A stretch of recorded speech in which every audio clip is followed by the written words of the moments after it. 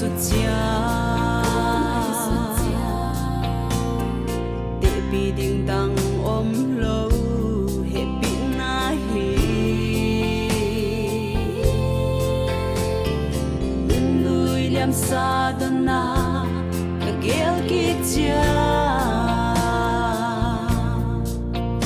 na vua gió na cả tan tê cả phù lâu hi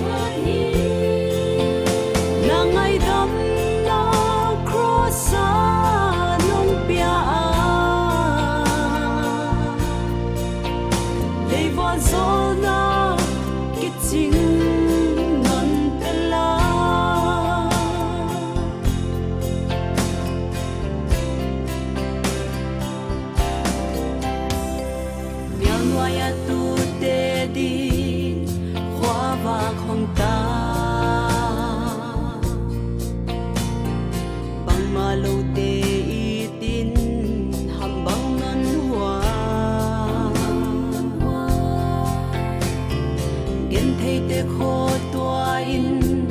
nan lai na thi ta ga te ding in xóa pa muôn thoại na hi pa thu gen in to pa nang con bia hi na hoi na ka tan fa ngi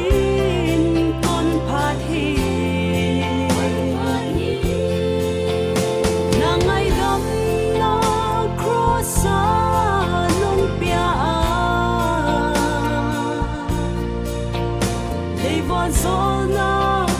cái chính non ta la